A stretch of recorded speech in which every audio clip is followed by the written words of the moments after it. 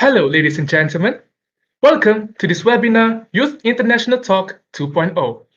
We are so happy to have all of you in this live webinar, as we all know at this moment that most of us are not physically allowed to be in college. Therefore, here we are having a live session with all the students instead. So before we proceed, we may have some few reminders to all of you who will be with us from the beginning until the end of this program. First, our program will be conducted for 2 hours. Therefore, we really hope that each and every one of you could give good cooperation to not leave any inappropriate or sensitive comment in the comment section. Got it? Second of all, to every UPM students, please stay with us until the end of this program as the attendance will be recorded throughout the live. And as usual, the Secretariat will display the QR code at any given time, and your job is to scan the QR code or else you will miss out the merit for this program. I hope everything is clear and we will have a wonderful program together. Thank you.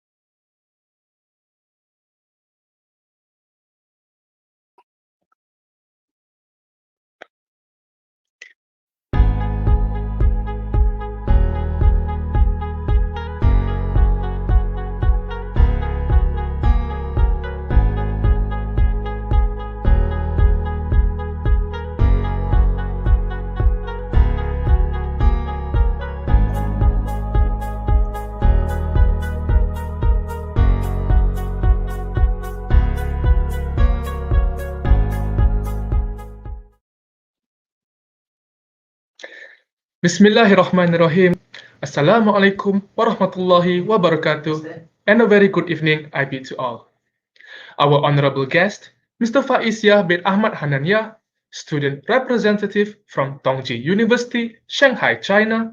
Mr. Muhammad Huzaifi bin Ismud, student representative from University Putra, Malaysia. Mr. Rio Ando, student representative from Shinshu University, Nagano, Japan, fellow of 10th College, and to everyone who are willing to spend their precious time on this ceremony. Ladies and gentlemen, I hope all of you are in wonderful health and safe at your own comfortable homes as the cases of COVID-19 are getting higher. Don't forget to wash your hands, maintain social distancing, and always wear a face mask when you go outside. Before I begin, let me introduce myself. My name is Christian Arpidani bin Muhammad Daniel Philip, a student from University Putra Malaysia, and I will be the moderator for today's webinar. The objective of us having this webinar is to exchange opinions of youth among university students. Considering all of that, we decided to conduct this talk for students to share their experiences throughout their studies at higher education levels. I personally believe that this sharing session should be given full attention by all students in order to understand better on students' life in higher education institutions and be able to compare their experiences of students in Malaysia and abroad and able to gain some useful advices for the future. Now, ladies and gentlemen, today's session will begin with the panels sharing their thoughts and followed by a Q&A session. If you have any questions, views, or ideas during the session, feel free to leave them in the comment section. The Secretariat will read the question given by the audiences randomly. So today's webinar will be delivered by Mr. Faizia, Mr. Huzaifi, and Mr. Rio Ando. Before we go any further, I would like to share a little about our panel's background. Our first panel is Mr. Muhammad Huzaifi bin Ismut, a third-year undergraduate student studying in Computer and Communication System Engineering in University Putra Malaysia. For your information, Mr. Huzaifi is the Young Debatur of Students Representative Council Session 2020-2021, University Putra Malaysia. Next is Mr. Faizia bin Ahmad Hananya, a second-year student studying in Civil Engineering at Tongji University, Shanghai, China, and fully sponsored by Yayasan Khazanah, one of the prestigious scholarship providers in Malaysia. Last but not least, Mr. Ria Ando, a second-year student studying in Science and Physics in Shinshu University, Nagano, Japan. So with all due respect, I would now like to invite our panel to share their experiences throughout their studies at their institution. Welcome, Mr. Huzaifi. Hi, Assalamualaikum. Thank you, Mr. Christian, our moderator today. I would like to thank to Secretary of Academic of Ten College for inviting me as a panel to this event. I hope all the information that will be shared throughout this event from our panelists will benefit everyone, inshallah.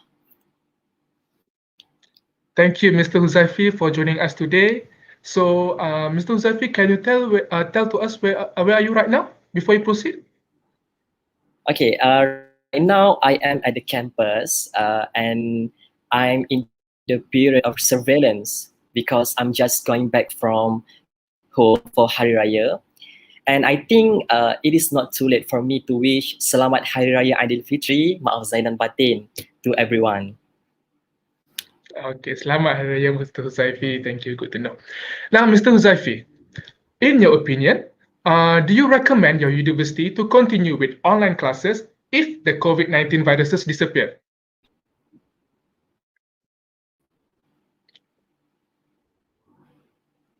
Okay, thank you, Mr. Christian. So I think that if the current situation is in a good condition, the case of COVID-19 infection is under control, I do not recommend continue online learning, but I will suggest that university to resume face-to-face online session, face-to-face learning session, because I'm very sure that students will miss the physical learning environment. Furthermore, we cannot deny the physical learning mode is much more effective than online, which has many constraints. In the case of COVID-19 is decreasing, I recommend to make a physical learning mode. Thank you. Okay, good to know, Mr. Huzaifi. So you're saying that you do not recommend online learning even though the COVID-19 virus, if in case disappear. So what if because it is our already new norm, can the government just imply half online session and half physical, or do you really want to make it physically learning? What do you think? I think like I said before, if the condition if the COVID-19 infection is under control and the situation is in a good condition, I think physical learning should be implemented fully. Okay. Because as we know that physical learning mode is much more effective, and also I think there is no problem if students coming back to campus and joining classes, joining lab. I think that's okay as long as COVID-19 infection is under control. Yeah, okay. Good point, Mr. Uzaifi. I agree with you. Thank you so much, Mr. Uzaifi. Now we are going to ask some questions to Mr. Faizia. So welcome, Mr. Faizia. Hi, Mr. Hi, Faiz. so thank you, Mr. Hi, can you hear me? Yes, yes. I think Loud and clear. you can hear me, right? Okay. Hi, Mr. Krishan, and hi, everyone in the audience. A very good night and good Friday to everyone. Yeah.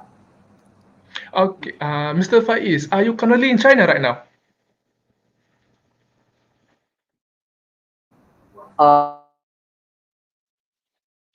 Like wondering where I am. Because of the pandemic, I'm actually in Malaysia, and I've already been in Malaysia since last year, February, like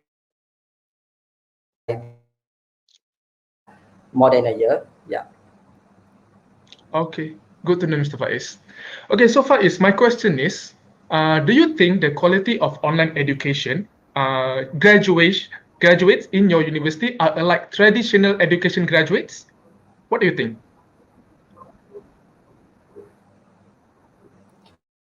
I think that's a very now everything is done online, and it's venturing into online thing, and there is definitely a debate between online and traditional education. But I think it really depends on which major like you're in. Certain majors that really requires practical practices, such as like if you're in medicine, you on calls, or if you're like chemical, you have to do a lot of this hands-on experiment. Then in that sense, I think learning has its disadvantage. Of course, you can say there's virtual experiment, there's this kind of everything's done virtual right now. Yes, but then you have to remember all of these virtual experiment are sort of like it's being right, it's being coded by someone, and the code is predetermined. So no matter how much you like try to change your experiment, you still come out with a certain outcome that is already predetermined. That's one, right? But then when we're talking about university, usually people go to university for the university experience itself. The experience is the one that people want to enjoy and learn. And I think in university is the very first time where we, high school students, we are separated from our family, and it's also the first time where we get to like interact with students from all sorts of background, and it's also our first time to join this competition, to lead that program, to be a position, to have positions in certain clubs and stuff. And so I think all of this experience actually is very, very important. We're talking about physical university. All of this experience, they develop skills in us. They develop communication skills. They develop people skills in us. So in that sense, I think if online education and physical education, they both, in terms of academic, I think you can say it's quite equivalent, but online learning still do lack that experience that people really look for in university. And yeah, that's my view on like physical and online learning. Okay, good to know, Mr. Faiz. Thank you for your opinion. Yeah. Now we will go on with Mr. Rio. Welcome, Mr. Rio. Hi, Hi, Mr. Rio. How are you? I'm a little nervous because of my poor English, but I want the audience to enjoy this program and I want to do my best. No, Thank you. I really think the audience will be enjoying this. I hope so. So, Okay. Mr. Rio, so from your point of view, what are the major differences between physical mobility program and online mobility program? Do you suggest other students to join the mobility program that are currently being conducted online? Actually, I joined the online program to study abroad in Malaysia last spring, and I really enjoyed it. So I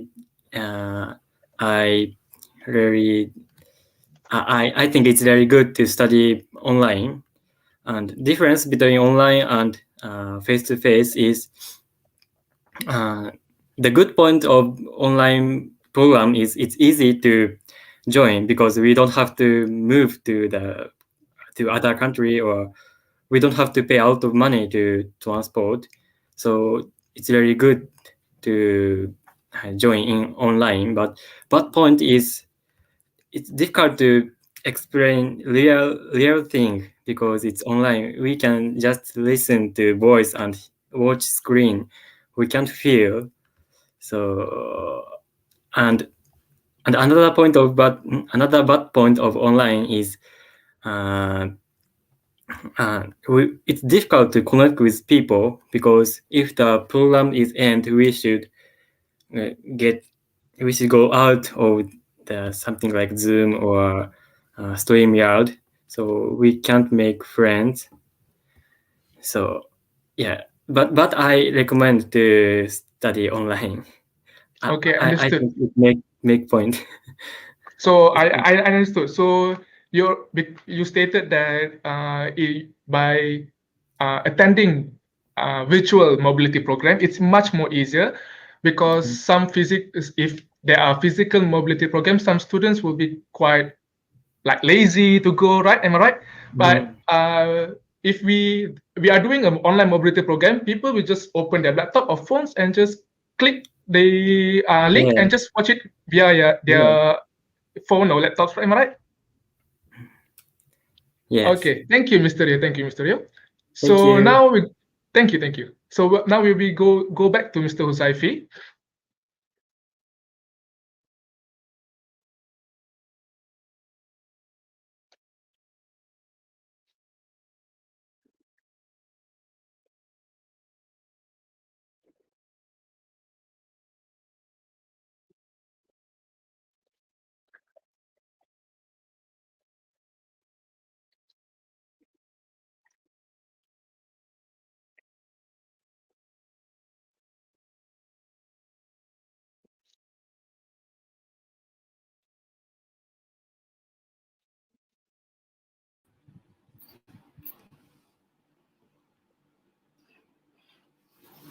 Okay, welcome, Mr. Huzaifi. Welcome back.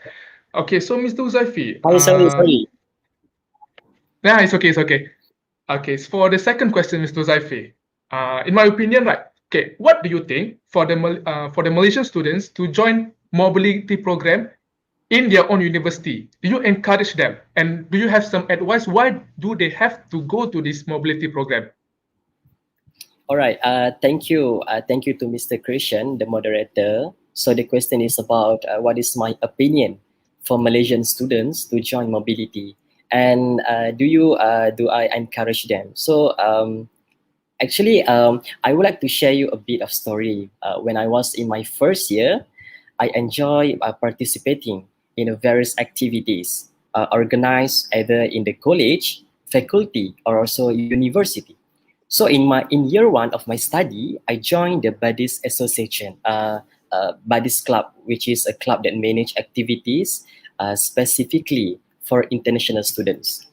I still remember at the time we had to hold an orientation week called New International Students Welcoming Program for new international students that just arriving at UPM. There are those who are mobility for 2 weeks, and there is also for one semester.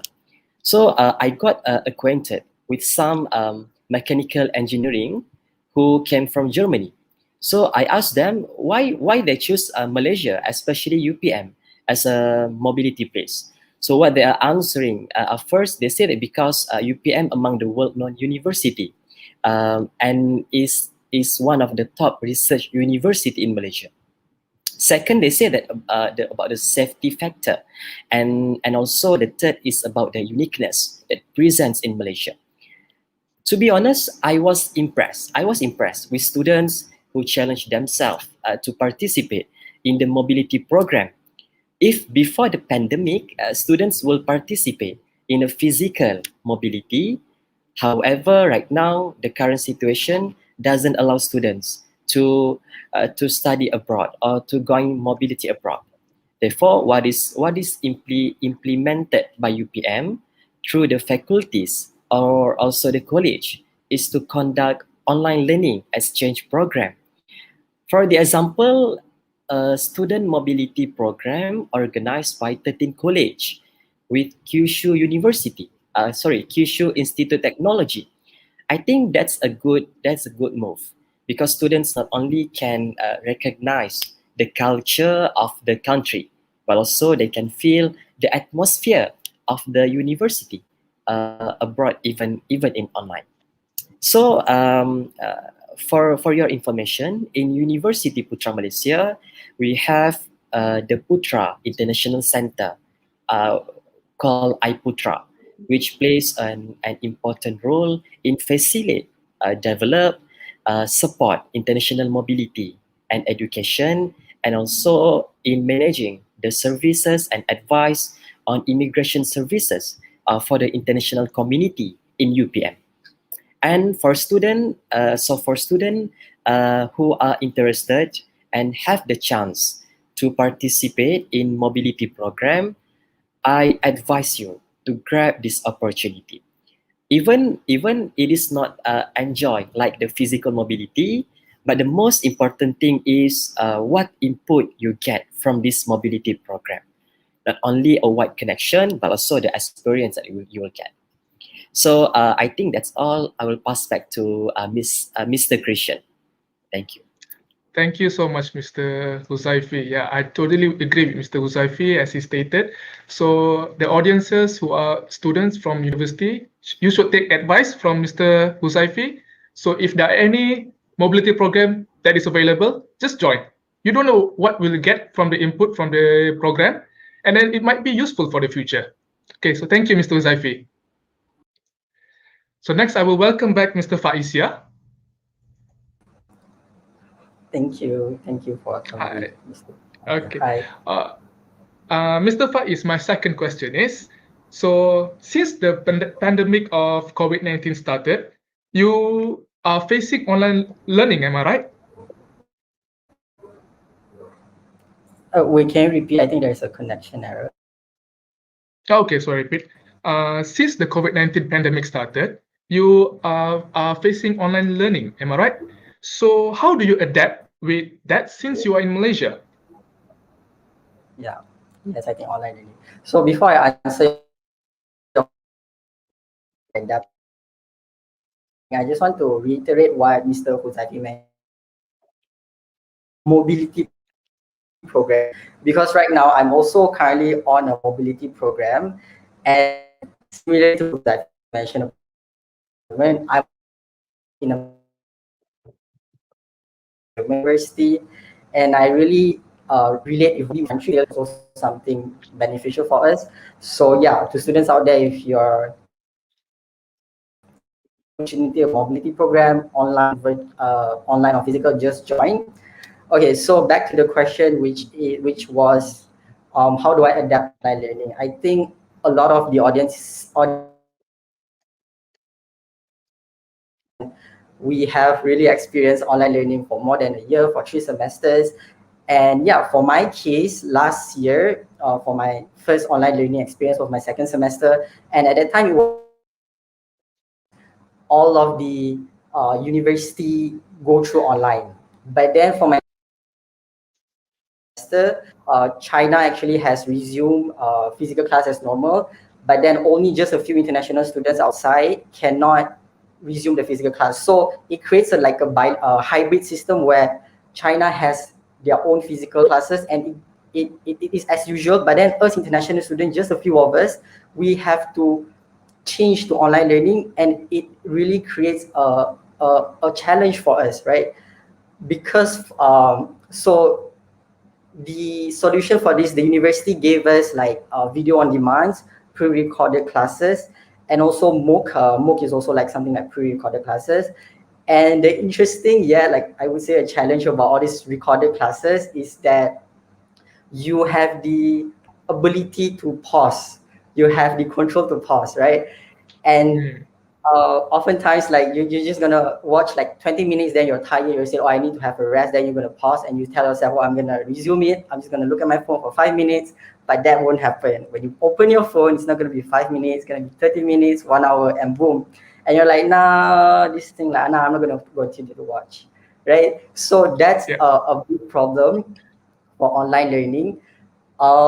Yeah, and I think another thing that we have to realize is that we cannot have the expectation of like this semester I'll be having online class. Next semester I will have physical class. I hope I will have physical class because that's what I had. I had that hope from last year. I had that hope during my second semester. I said, oh, next semester I'm gonna have on physical class. I'm gonna go back to China. Everything's gonna be all right. But then it didn't happen. And then on my third semester, I tell myself again, oh, the next semester it's gonna be normal again. Only this semester it's online. And then but then that didn't happen as well. And then now it come to my fourth semester. But then this point of time, I just tell myself, no, I cannot give my false hope to myself like next semester is going to be online, everything's going to be normal, because honestly, I don't think everything is going to revert back to normal, because now is the new normal. Now is the new normal. So I think number one is to really change the mindset and just accept that now is the new normal and online learning is the new normal. Because if you don't have that acceptance in you, you will like have this false hope and you have like this sort of complaint in you, like why does this happen? Why the COVID rises? When I'm going to go back, you keep complaining.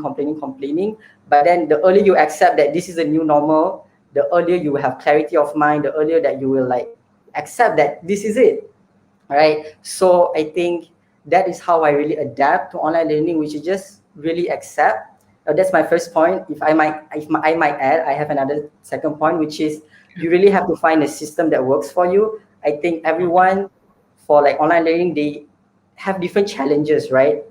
For me, the challenges, as I mentioned earlier, was I had just like pre-recorded classes via VOD, video on demand. So everyone have different set of challenges, and you have to find a system that works for you. And this system is definitely different from the physical classes. Yeah, so for me, my system was I really have to be very, very disciplined with myself. I set a schedule. I use Google Sheets. I keep track of my academic progress. And for the pausing thing, right, what I do is I will just keep my phone far, far away, very, very far away from me. And I'll just tell myself, oh, it's only 30 minutes. Even though it's 1 hour and 30 minutes, I just tell myself 30 minutes, another 30 minutes, another 30 minutes. And yeah, that's how I adapt. So to recap, I think two things. Like first, you have to change your mindset and be really accepting that this is a new norm. And secondly, you have to find a system that works for you. And that's how I adapt to online learning.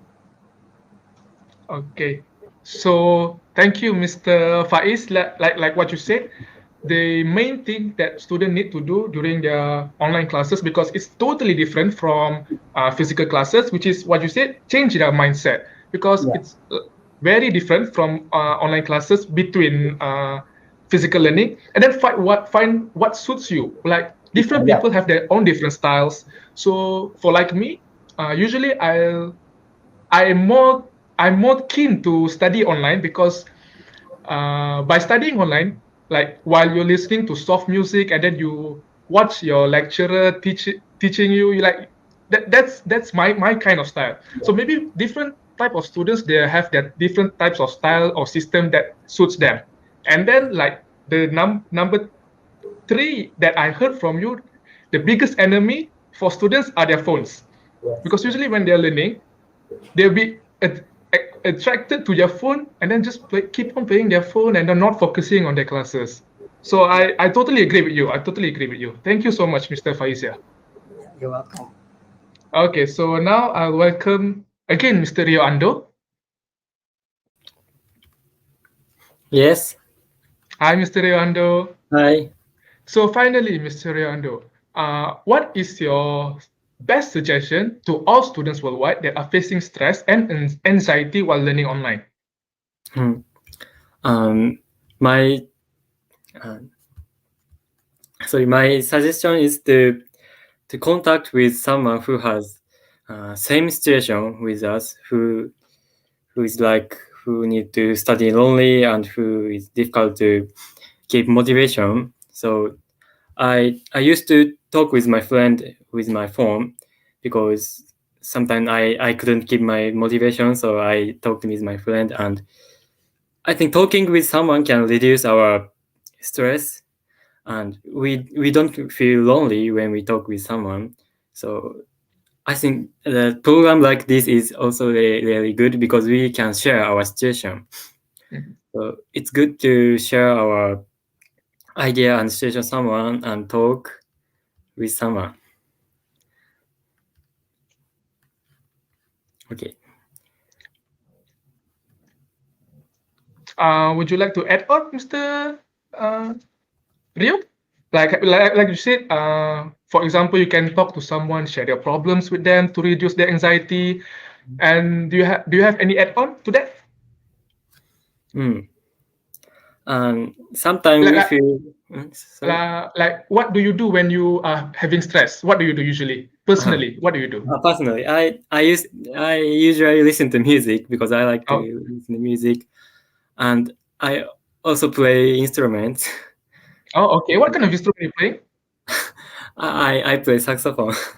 Oh, that's good to know. Nice, nice, nice. Okay, next. Okay. Do you have And any?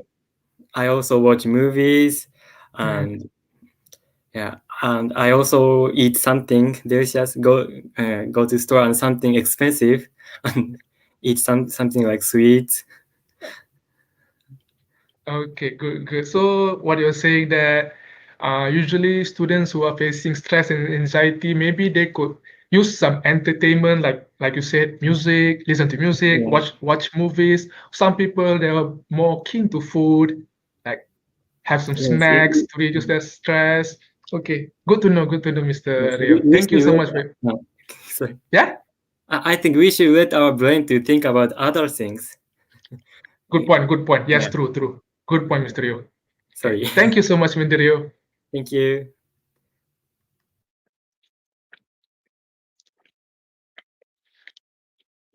Now, thank you very much for all the speakers for their more informative and interesting talk. Very well, ladies and gentlemen. Now we come to the Q&A session with the audiences. We will choose several questions randomly from the comment section for our speakers to answer.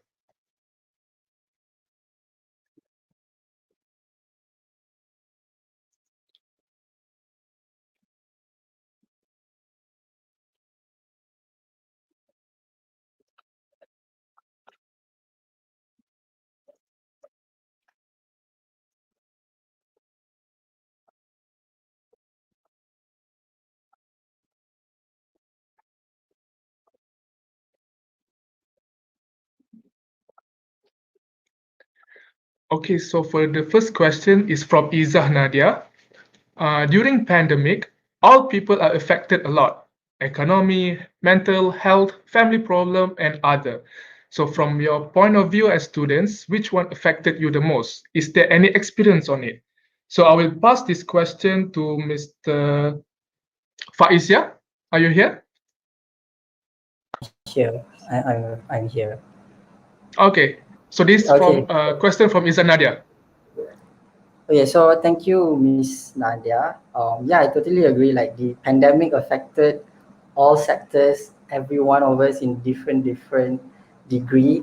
But I think personally, as student, this is just my personal opinion. I think that what affected me the most is mental health, and I think mental health is the most crucial thing for this pandemic, because yes, you some students, like let's say, yes, you can have all the equipments that you have, like you can have good laptop, you can good internet access, you can have good teachers, you can have good education, but if your mental health is not on the right level, it's not healthy, you will not have that motivation to even want to learn.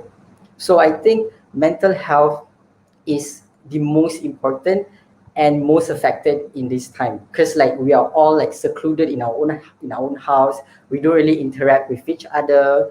And I personally have experience on this, like because of online learning, and when I'm studying, right, I might find things that I don't understand, and it gets really, really frustrating when I just don't understand the content. But then if you're talking about physical education, I can just go ask my friends, I can just directly face to face ask them. But when we're online learning, it's a bit hard. There's still a gap. Yes, you can take pictures, you can write, you can send message, but then the difference is there's still a difference in that. And the frustration of not knowing, not understanding, and not getting that answer face to face, explanation face to face, still affected a little bit of my mental health. Like sometimes I get like certain episodes where I get very, very sad or very, very devastated. I just don't understand. But what I will do is that I'll just do some kind of reflection, or like some kind of I'll just take a book and then I'll just write down what are my problems, and then I'll just vent out. I'll just let everything out. I'll also like talk to my mom, talk to my sister. I think it's really, really important for you to just get like have conversation with other people. This really helps in terms of your mental health issues. And I just want to point out that mental health is very, very similar to physical health. Is the same thing. Let's say if you're sick, you go to a doctor. Similarly for mental health, if you do not feel well, you feel sad, you feel not right, find a therapy, talk to someone. So yeah, that's my opinion. I think mental health is the most affected for me personally. Yeah. Okay. Thank you so much, Mr. Faizia. You're welcome. So, for the next question,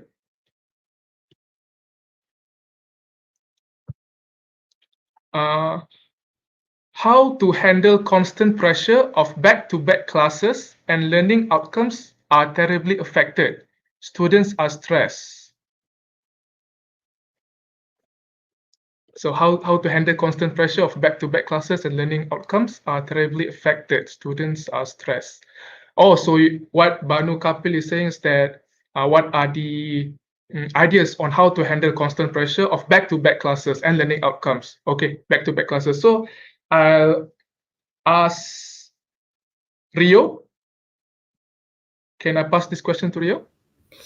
Okay. What does back-to-back classes mean? It means like continuously, the classes are non-stop. So how do you handle that constant pressure where there are non-stop classes? Non-stop classes. Yeah. So how to handle with constant classes? You mean? Yeah. How do you handle that constant pressure? Yes, online classes. Yes. I see. Actually, for my situation, in some classes we didn't do online. So some of them were professor sent me something like Handout. Yeah, handout, Okay, and okay. I just read them. So it was not constant, but so I think Okay, constant. I think like generally, how do you personally, right? How do you handle pressure while Pressure. studying? Yes. While studying. How do as I said, like stress.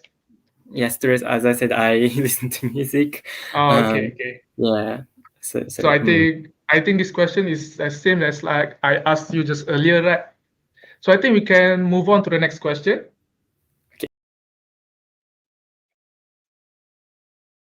So Hannah Alisa asked, being a student leader in university is not a thing that anyone can do. What is your secret in handling problems about students during the pandemic? So this question is for Mr. Huzaifi. Hi, thank you, Mr. Christian, moderator of the event. The question from Ms. Hannah, what is my secret in handling problems about students during pandemic? Okay, all right. I think first of all, I want all of you, I want students to keep in mind that when you are being a student, university students, means that you have a big responsible to deal with, especially if you are a student leader that will in charge of any matter that relate to students. whether in terms of management, academic, co-curriculum, and also the students' own problem. So at the time of this pandemic, it caused a huge impact not only in the economic but also the education also received the same effect.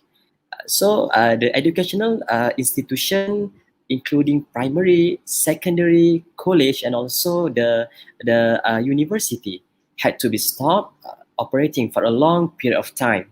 So it is one of precaution to prevent the spread of this COVID-19 from infecting the students and also the lecturer. So after that, after the education sector discontinue from operating, the government through the Ministry of Higher Learning introduced ODL, which is online distance learning to all university students. So here begins the new challenge to the ministry and also to the university management to ensure that all students are able to follow the online learning in this new norm, and also to make sure that no students are dropped throughout this ODL session. All I can say it is not an easy thing to apply something that we have never been through before. If you wonder what is the secret in handling this challenge during this critical time, my answer is that students leaders should put themselves in a situation as a average students, so that it will be easy for you to understand students, to when you close to students, so you will easy to understand their problems. So I found that the issue of students during this critical time is about students' equipment in online learning as a major issue. Students facing a variety of problems throughout these online classes. There are students who do not have devices such as laptop for them to use in online class. In addition, unconducive learning places and also internet connection problem are also among this issue that often faced by students. Let me give you an example. Okay. For example, internet issues among students. So most of students face problems in online lecture due to unstable internet connection at their home. So what is the role of students leader? Of course, we cannot afford money to students to buy an internet. We don't have a lot of money. Okay. So, but what we do is the Students Representative Council, in collaboration of YTL Foundation, we took the initiative to providing 40 gig free data internet to students, and I think this is an effort to be proud in addressing internet problems among students. Besides that, when we talk about issue, the mental health issue among students is our priority. In this hectic time, students facing a lot of problems involving personal matter, family issue, and also the academic problems. From my point of view, I think students need moral support from the people around them. Sometimes all they need is just a good listener for them to express their problems. Alhamdulillah, in UPM, we have a UPM counseling division, Bahagian Counseling UPM, which plays an important role in the mental issue of the students. So I'm really confident in the role of counseling division. It is able to handle issue that related to students' mental. So I think that's it. I'll pass back to Mr. Christian. Thank you so much, Mr. Huzaifi. That was a clear explanation on how to handle problems during the pandemic. Thank you so much, Mr. Huzaifi. So the next question. Okay, the next question is from Mai Sarah Abu. Please give some advice to the future freshmen that will get into universities while experiencing pandemic. Okay, so I will pass this question to Mr. Faiz, yeah? Yeah. Okay. Thank you for the question, Miss Maisara. Yeah, so as freshmen, for all of you out there, if you do not know, freshman means first year, your very first semester, and it's quite interesting, a very different experience for you guys. You guys experience your very first year, like everyone's so excited for university, but then you're experiencing it online. I think advices that I have for freshmen, not just necessarily freshmen, I think university students in general, no matter which age, which level you're in, I think you really have to try and immerse yourself in the university experience. Although it's online, I think there is actually a new, like I would say, advantage about online because it's online. So a lot of the things are actually done virtually, and things that are previously done physically, like let's say boot camps, seminars, are now done virtually. Like for instance, just this one, right? It's now webinar. So this actually creates more opportunities. And here comes the question: how do you actually find these opportunities? Like we are aware that it's out there, but how do you find? How do you get the sources? I think one important like source is LinkedIn. LinkedIn, I'm not sure how you pronounce it, but it's like a workforce social media where you find jobs. It's not necessarily a social media where you find jobs, it's also a social media for growth and improvement.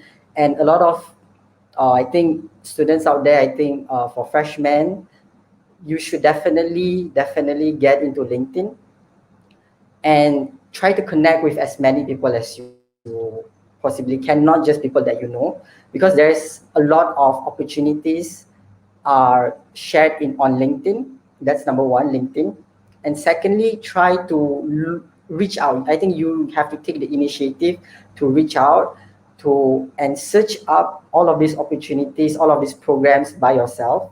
You can search up on your university website. There's definitely a website where they lay out all of these programs, or you can join student unions, student clubs, join all of these WhatsApp groups, Instagram accounts. Always be aware all of these programs and try to join as much as possible, because I for one actually joined also a program. It's called MBSS, Malaysian Business Student Summit, and it's organized by University of Malaya, and I get to know the information through Instagram, right? It's very interesting, through Instagram. So I think it's my advice to future freshmen out there: try to join as much programs as you can, establish connections, just get your feet inside and experience the online. While it lasts, maybe it might not last anymore. So yeah, experience. Yeah, that's my opinion on that. And back to you, Mr. Krishan. Thank you so much, Mr. Faizia. Yeah, you're welcome. So for the next question. Okay, the next question is from Aisha Adelina. As a student at Japan, what are the issues arising at Japan regarding coronavirus, and how do you adapt with the problems? So I guess this question will be passed to Mr. Riando. Yes. So as a student in Japan, the first problem I faced is loneliness, because I entered university 2020 April. So usually in Japan, it is common for university students to live by ourselves, and we feel lonely when we began to live ourselves, living by ourselves, because we can't meet our family, and because of COVID-19, we couldn't go to face-to-face classes, so it was difficult to make friends in university. So some freshmen in my university felt lonely a lot, and some of them dropped from university. And for me, I didn't felt lonely a lot, because I had a lot of friends from my high school in my university, and so I had a friend, but some students didn't have friends, so they felt so lonely. And another problem is reaction for COVID-19 of university and government is slow. So I entered university 2020 April, but until May, I didn't know the class will be held online or face to face. So university didn't decide it soon. So I was very confused. We were really confused. So we contacted with my friend and shared information with my high school friend, and I adapted this problem. And the third problem is about July. There was a campaign called Go to Travel and Go to Eat, which promote travel and eat out, because situation in Japan was get better a little in July. So the government promoted traveling, and elementary school and junior high school and high school started face-to-face classes, but only university didn't start face-to-face classes. So we felt really unfair. We were really frustrated because other people go out and enjoy their life, but only university students should stay home and watch screen and study alone. So it was difficult to keep our motivation. Yes, thank you. Okay, so there are some of the issues that Mr. Ryando faces during his studies in Japan. Okay, thank you, Mr. Ryando. So Thank next you. question. Okay, from Nurul Atsira Farhana. Do you think technology such as MySejahtera apps help a lot in preventing the risk of virus spreading? So I'll pass this question to Mr. Huzaifi.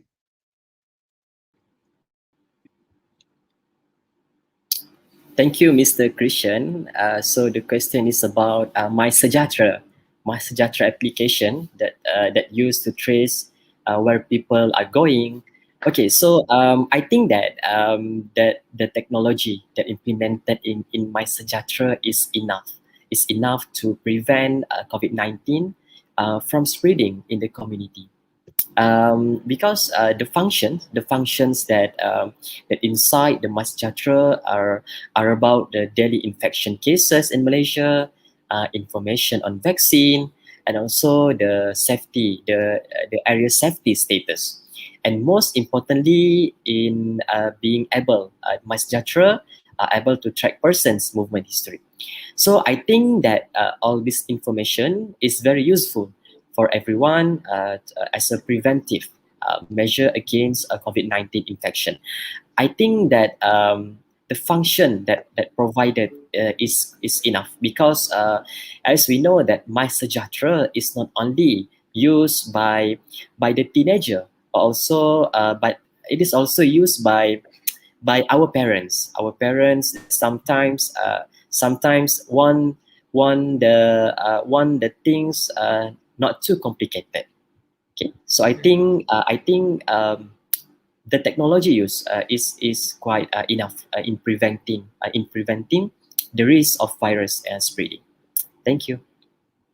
Thank you, Mr. Zaifi. So for the next question.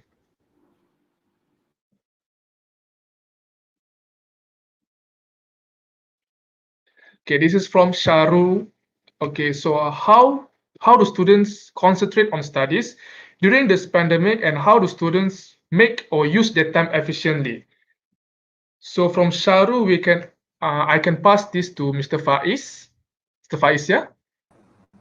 Yeah, thank you, Mr. Sharu, for the question. Very, very relatable question for us students, like concentration, studies, time efficiency. So as I mentioned earlier, I think to concentrate, okay, I think I think both of these really sums up into what I mentioned earlier, which is about you have to find your own system, a system that works for you. It really differs from each student, and the way to identify which system works is like you have to get ideas from other experience. One way is through YouTube. There's a lot of this productivity study YouTube thingy. Like I think one famous one is, what's his name again? Never mind. There's a lot of this YouTube thing. You can just search out how to study, how to manage time, and there's a lot of YouTubers doing this kind of study tips. And I think that's a very good start for you to identify which pattern works for you. Try and error. I also personally do that. I watch a lot of these videos and I took inspiration from them and I try it out personally myself, and then I identify which one works for me.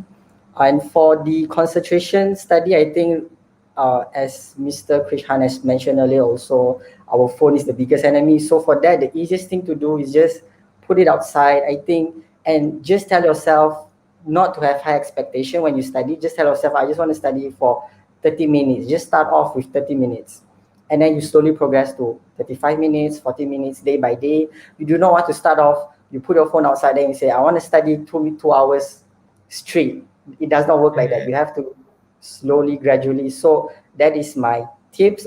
First, just search up on YouTube how other people study, and then start slowly but surely.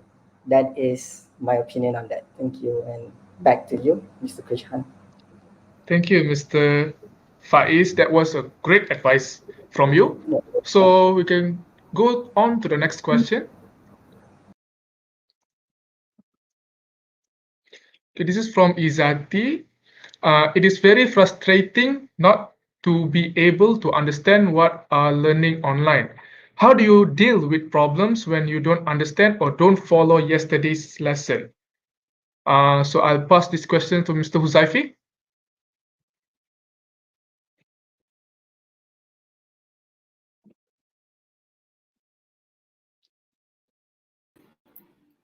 Can you hear me, Mr. Christian?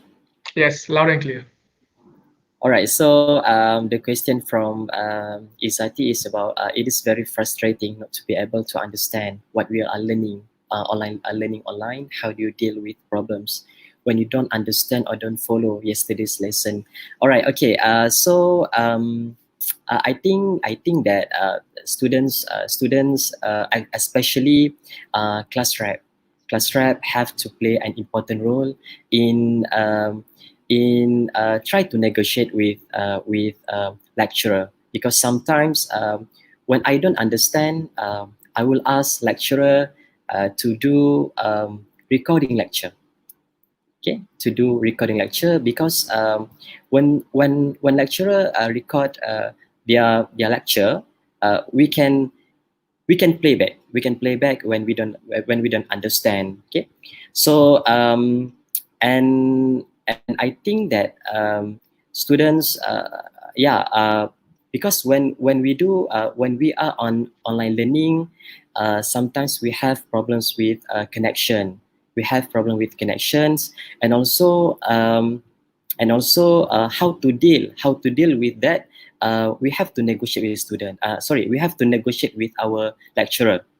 Okay, we told them that we have connection problem, and try to deal to do a recording session first. Okay, second, don't be shy to ask your friend. Okay, don't be shy to ask your friend, is it okay if they are willing to help you in certain topic that you don't understand. I think that during this hectic time, all of us need to help each other. Okay, don't let your friend left behind. Help them if they have problems in academic. And also the most important thing is, do not push yourself too hard. Okay, know your limit, and sometimes when you are in stress, just take a break, and like doing things that you like. And also and lastly, keep struggling, and also I think that's all. Okay, good advice, Mr.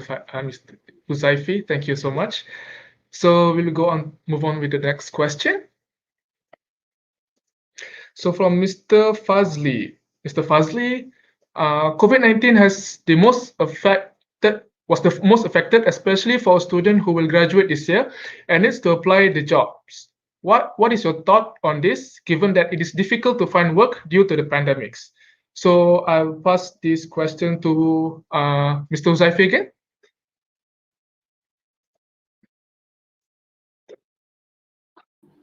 Okay, so the question is about COVID-19 was the most affected, especially for students who will graduate this year and need to apply the job. What's your thought on this, given that it is difficult to find work due to the pandemic? Okay, so this is about a job after during this pandemic. My advice is for the fresh graduates to not in choose job. I advise you to not to be too choosy. It's mean that if you have a chance, if you have an opportunity in any job scope, you can try because during this time, yeah, I know it's quite hard, to find a job, especially when you are fresh graduates, you have no experience. Okay, so but in UPM we try to make a connection among a company, to like what I say, like to give an offer, an offer to students, especially in UPM students, in apply any company that have we call that a MOU with UPM, and for those who will graduate this year, I hope I will pray all of you that maybe it will be easy for you to find a job, inshallah. Yes. Good luck to every final year students who are searching for jobs during this pandemic. Hope everything will be go okay. It will go well. So thank you, Mr. Uzaifi. We will continue with the next question. From Ahmad Kayum Fikri Ahmad Jazimin. Okay, so hi, Mr. Faizia. Before pandemic breaks out, you have experience studying at China, right? So how do you fit yourself in new environment with different cultures? Yeah, thank you, Ahmad Kayo, for the question. It's a very, very great question that I think a lot of people can relate, not just abroad, but even students in Malaysia. The transition between high school to university life, the culture is also very, very different. So I'll share a bit of my thoughts. I think a very, very obvious one is the like before you go to a certain new country. I think it's very important for you to do research. You have to ask seniors, maybe learn the language, learn the culture, and all of those stuff. But I want to emphasize more on my personal experience there. I think that's more interesting. So what I think is important is that students do not be too comfortable in their safe zone. Do not just stay in your, do not be just mingle around Malaysians, do not just be in that small circle of Malaysians. You have to get out of that comfort zone. I know it feels very uncomfortable at first, like really, really uncomfortable. And then you also have to embolden yourself. You have to make yourself brave and join as much opportunities, as much programs as possible. I think this is very, very important because through these programs is where you meet people, right? And during this kind of programs, during this kind of events, another important thing is that you have to initiate. You have to be the initiator, meaning that you have to initiate, you have to approach people, you have to talk to them, you have to converse with them, and you cannot be picky. You have to talk to everyone you see, just be friendly, and you never know, right? You never know, the person that you talk to might be your next best friend. And whenever you talk to them, one thing I like to do as well is to change connection, to change contacts. And in this time and day, I think the easiest contact you can change is Instagram. That's what I use. I always change Instagram. I always ask, do you have Instagram? Can I follow you? And then I'll just change. We just follow each other. I think that's a very, very good start. And I've actually met a lot through engaging, through initiating, through conversing with others. So I met a very good Colombian through the registration itself. So it was a conversation like, hi, how are you, where you're from? And from that small conversation, it sparked into a bigger connection, it sparked into a friendship. And then from that small conversation, I brought him to go see Shanghai. We ate together, and up until now, we still contact. You will never expect where you meet your next friend. I met one Gambian friend. She's from Gambia, and she's also a very good friend of mine in the most unconventional place of all, which is during a blood donation event. Right? I was waiting in line for blood donation, and then I approach her. I say, "Hi, where are you from?" And it's always like that, just very casual. Like, where are you from? What are you studying here? What do you like about this country? And from that conversation, and now a very, very good friendship. And I would also like to add another one good friend, Indonesian friend. We were very, very close to an extent where he invited me to his country, and I lived with him for almost 2 weeks. Right, so you really have to get yourself out there, join as much as you can, because one friend knows this friend, and this friend knows that friend. So it slowly expands, your circle slowly expands, and that is how you really adapt to the culture. That's how you know the culture. And I think there's also really, really important is that there's a difference between being lonely and alone, because in China, I'm constantly alone. I go because it's very, very different, like the culture and stuff. I do a lot of things on my own alone. I go to class, I study, but then I don't feel lonely. Why I don't feel lonely? Because I have all of this group of friends that I met through all of these programs. So I think in order for you to really adapt to the different culture is to be with that culture, to immerse yourself with that culture. That's my personal experience and my advice on how you can adapt to new environment and different cultures. Back to you. Okay. Thank you so much, Mr. Leandro, Mr. Facticia. Okay, so is there any question next? Okay, from Nuha, what are the things that you like about online learning? So I'll pass this question to Mr. Leandro. Yes. What are the things that you like about online learning? I think online learning is easy to refresh because we are our whole house when we study.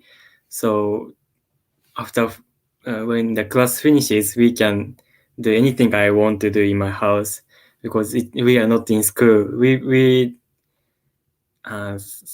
sometimes we don't have to clothes formal one. We can wear anything I want.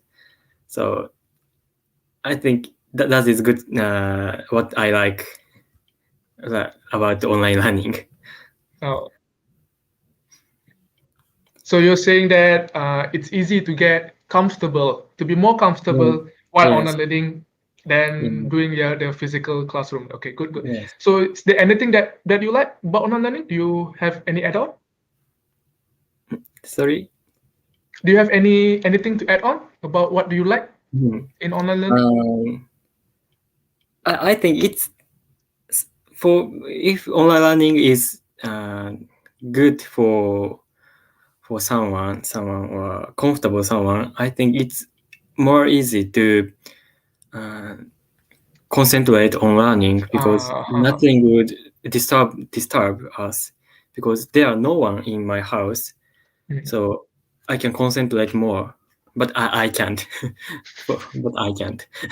Okay, I understood. Yeah, usually if in physical classes, there are a lot of people surrounding us, where compared to online learning, there's no one around us, and then we can just if we really concentrate on the class, you could really concentrate on the class. Yeah, I agree.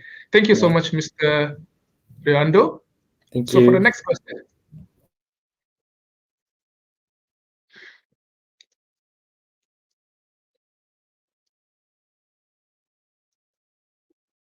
Uh,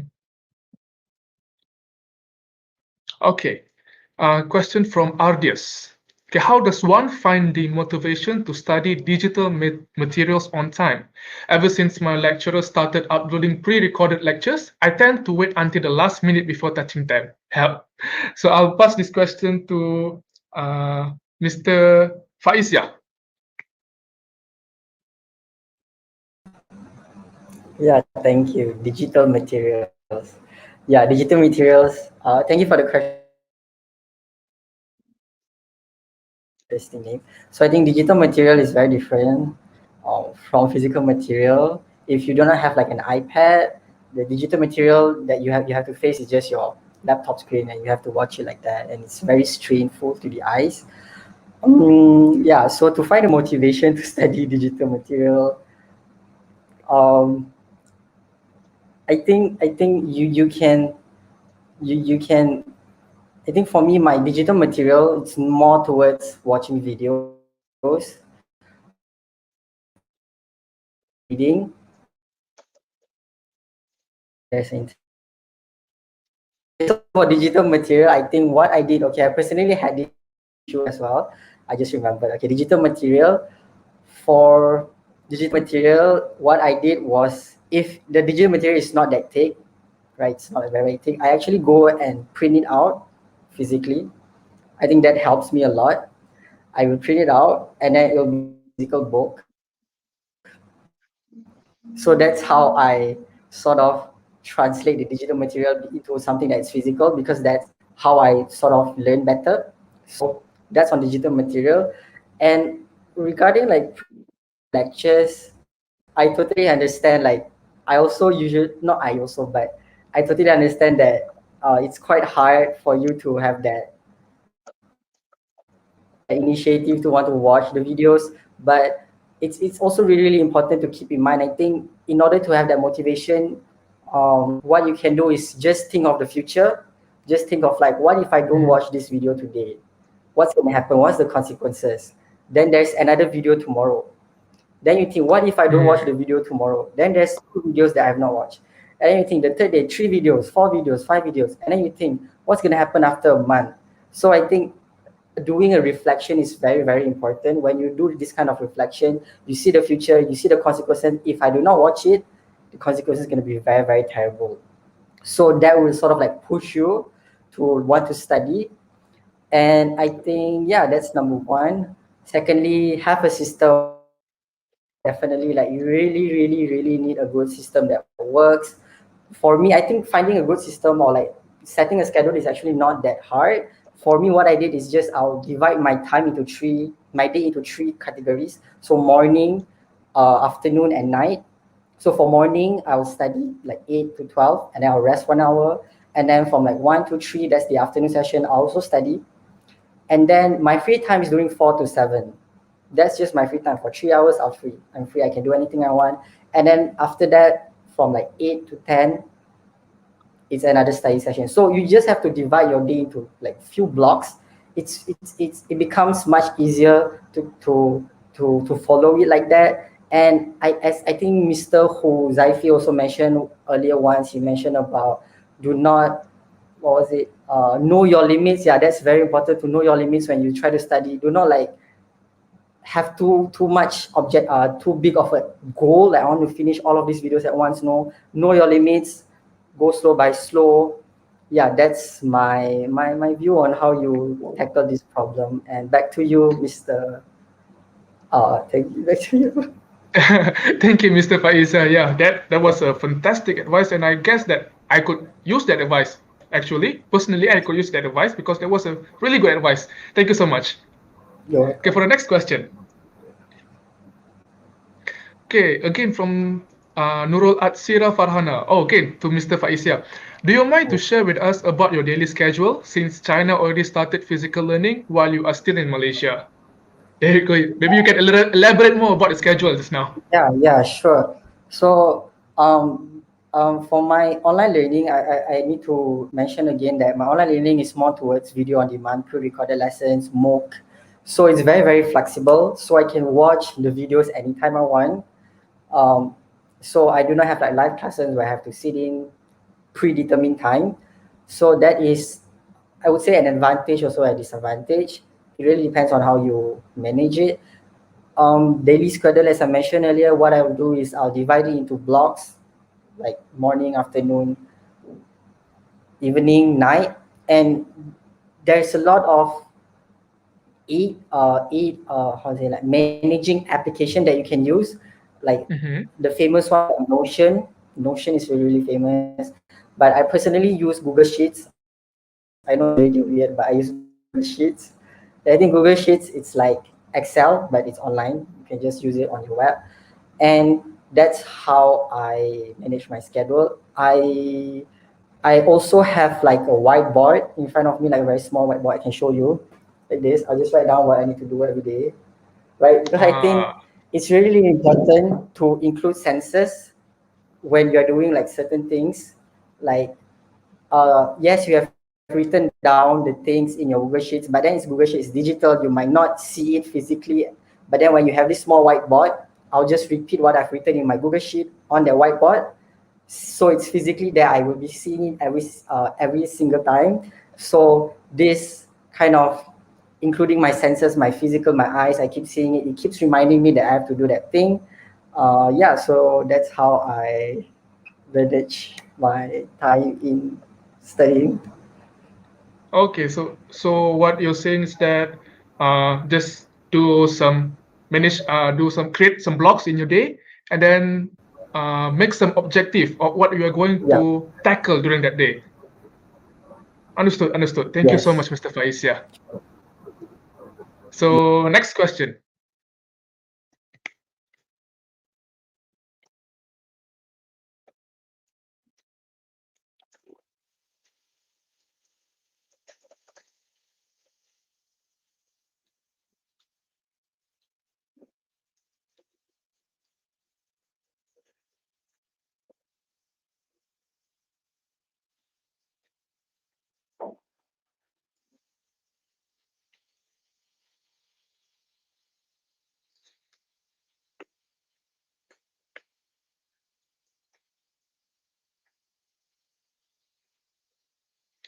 Okay, so I guess there are no more questions.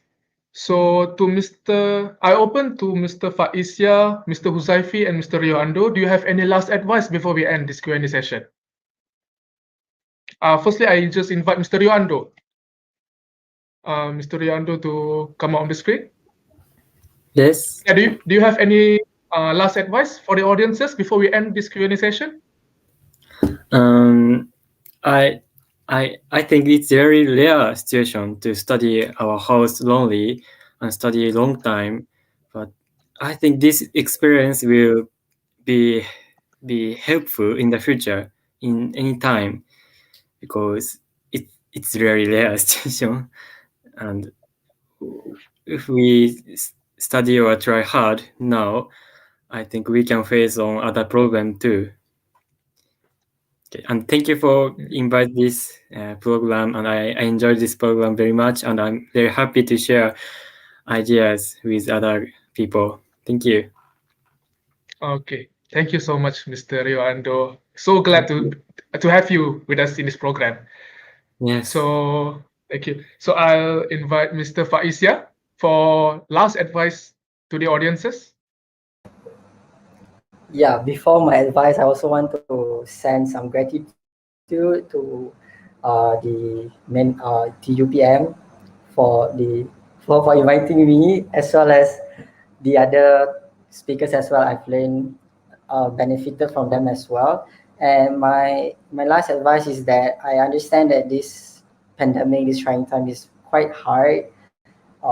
Not everyone is able to handle it normally, and I think it's really, really important for everyone to check up on their mental health. And mental health is it's really, really important, especially this trying times. So if you have any issues, anything, just find someone, talk to someone. Do not let it accumulate in yourself.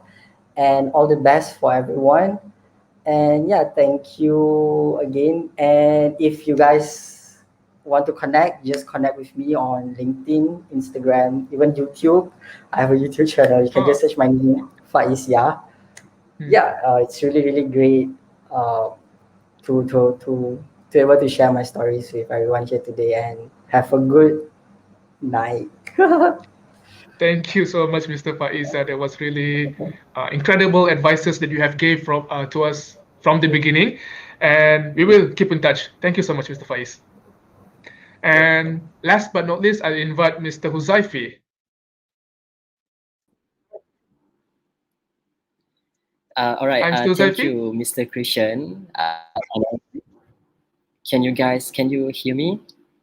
Yes, yes. All right. Okay.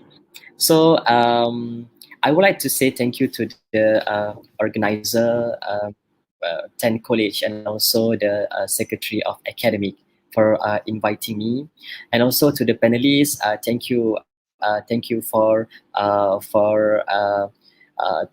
the idea that you have shared, Mr. Faiz, and also Mr. Rio. Sorry. And my advice to students out there, I know right now we are giving students are giving too much focus on academic and things that relate to academic, but sometimes we have to look for our physical health, our mental health, and our own safety. And please checking your friends if they are okay. If they are not okay, be a good listener to them. And lastly, please keep practice physical distancing. If you don't have anywhere to go, just stay at home. I think that's all. Thank you. Okay, thank you so much, Mr. Huzaifi.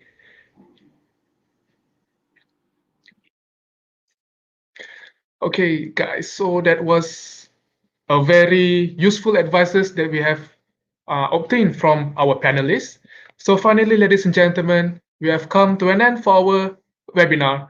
And webinar Youth International Talk 2.0. So on behalf of the organizer, I would like to thank again our panel for today, Mr. Faiz Ya bin Ahmad Hananya, Mr. Muhammad Huzaifi bin Ismud, Mr. Ria Ando, and to all the audiences for the full support and contribution given in making this event a success. I hope everyone has gained some input from this webinar and may it be helpful for you for the future. Before we end this live session, for UPM students only, please remain in front of your screen as the QR code will be displayed in just a moment. Please get ready with your QR scanner, as this will be the proof that you have attended this event. The form will be closed in 10 minutes, so please fill it within the time period. And as for everyone, our ceremony has come to an end. Till we meet again in the upcoming events, I'm Christian Arpidani bin Muhammad Denetfalit, your moderator for today, signing off. Stay safe, everyone. Remember to wash your hands and always maintain social distancing. Thank you. Assalamualaikum warahmatullahi wabarakatuh, and have a wonderful night. Bye-bye.